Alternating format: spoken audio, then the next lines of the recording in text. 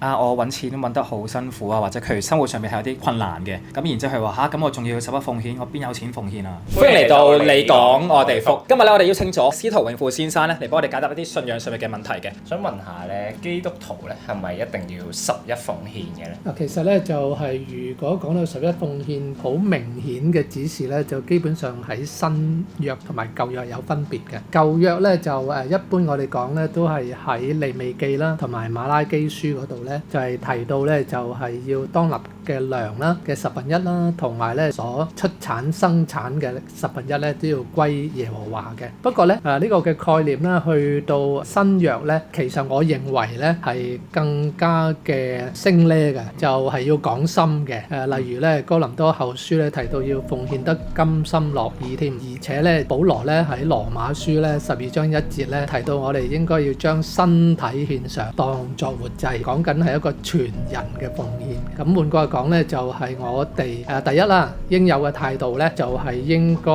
要從心出發，即係做所有嘢咧都係做喺上帝嘅角度裏面。第二咧就係要有一種信心，而呢個信心咧亦都係甘心嘅。如果我哋能夠從心出發咧，咁你應該係有自己嘅答案㗎啦。我想補充問下咧，咁如果有啲人係覺得我揾錢揾得好辛苦啊，或者佢生活上面係有啲困難嘅，咁然之後佢話咁我仲要十一奉獻，我邊有錢奉獻啊？咁呢個情況又點樣處理咧？就算喺新約嘅教會裏面咧，都有提到咧有極貧窮嘅教會咧，佢哋都一樣咧係去周濟其他有需要嘅人啦。咁如果我哋講到自己啦，例如咧寡婦嘅銅錢啦，咁所以應該咧就係按照自己嘅信心啦，同埋咧就係一定知道上帝會祝福啦。如果心裏作難咧，我諗呢個都唔係上帝喜悅嘅。呢個唔係一個好具體好似律法咁樣嘅要求，而反而咧係一個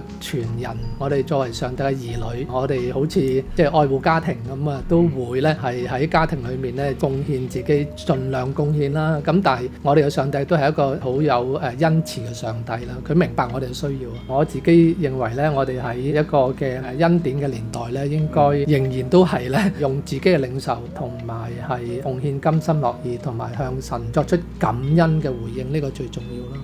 明白。好，咁今日好多謝司徒永富先生咧解答咗呢條問題啦。咁如果大家有更加多嘅問題嘅話咧，都可以喺下邊留言嘅。咁我哋下集見，拜。